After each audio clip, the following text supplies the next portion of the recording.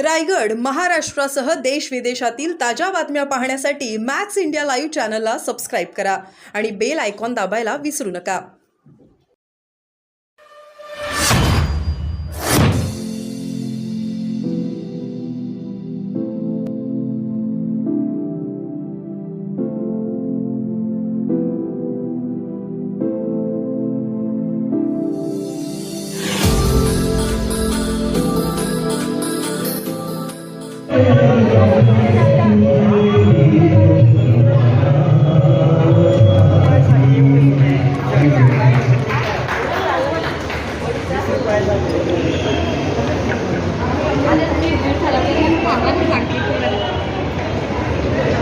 पिंकी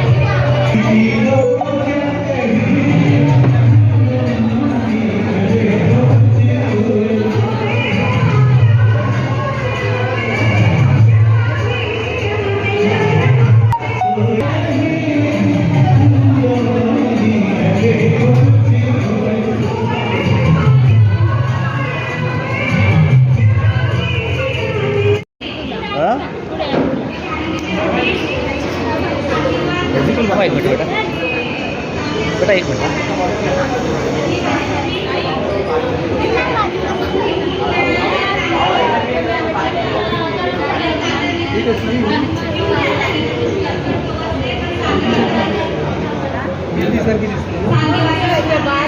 आज आमच्या गातात काय फायदा काय त्याचा हे आपल्या लोकांना माहित आहे. बिडी पैसा त्यांची पैसा ऐकलं असते.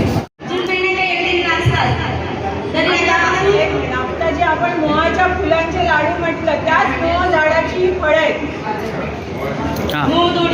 मोहाचे फळं गोडे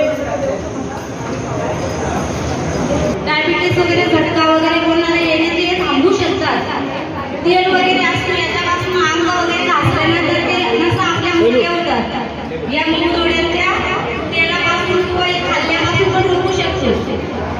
ती भाजी मुळखड्यावर आपल्याला मुळखड्यावर वापरू शकतो आपण.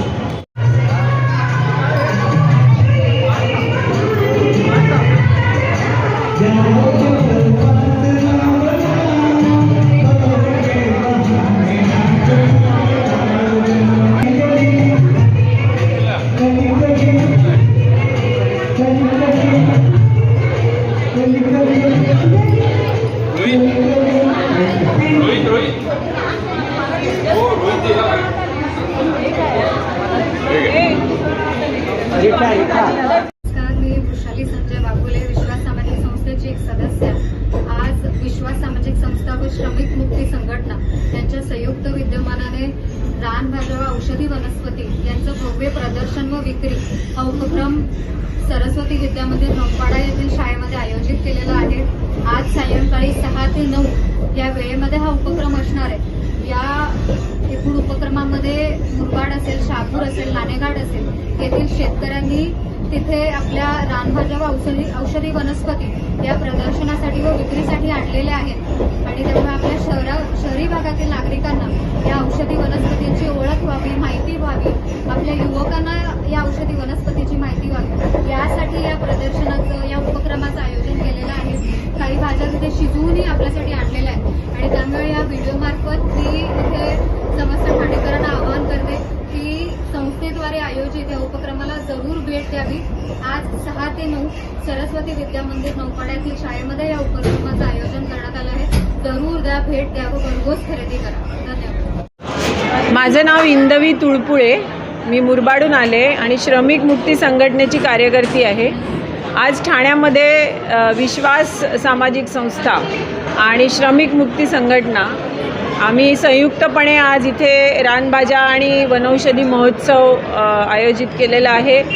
आणि आज मुरबाड आणि शहापूर तालुक्यातल्या ठाकूर आदिवासी आणि कातकरी आदिवासी महिला आणि पुरुष इथे आलेले आहेत. या ठिकाणी मुख्य उद्देश हा आहे की निसर्गाप्रती आपला जे काही जिव्हाळा आहे माणूस म्हणून तो वाढावा. आणि निसर्गातलं आपल्याला झाडं वाचवाच माहीत असतं जंगलातलं, पण ही झाडं, त्याच्याबरोबर अन्न, त्याच्याबरोबर औषधी, हा मोठा खजिना जंगलांमध्ये आणि पर्यावरणामध्ये आहे.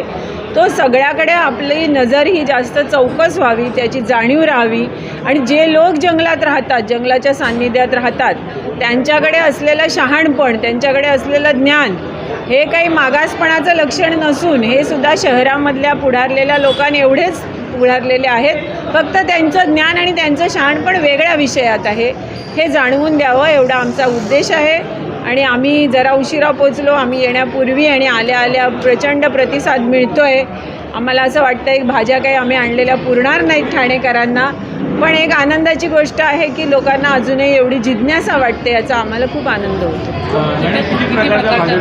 साधारण याच्यामध्ये 30-32 प्रकारच्या भाज्या आहेत. पालेभाज्या जास्त आहेत कारण आता पावसाची सुरुवात आहे. साधारण 1 महिन्यानंतर मग फळभाज्या, रानातल्याच पण फळभाज्या होतात, फुलभाज्या होतात. तर आत्ता पालेभाज्या आहेत, काही फळभाज्या पण आहेत.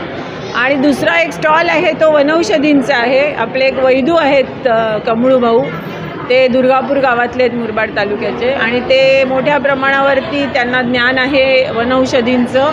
त्यांनी काही वनौषधी त्या आणलेल्याही आहेत. जर कोणाला त्याचा मार्गदर्शन हवं असेल तर ते औषधी वनस्पतींचं मार्गदर्शन पण करतात. त्यांनी साधारण एक 14-15 वनौषधी आणलेल्या आहेत.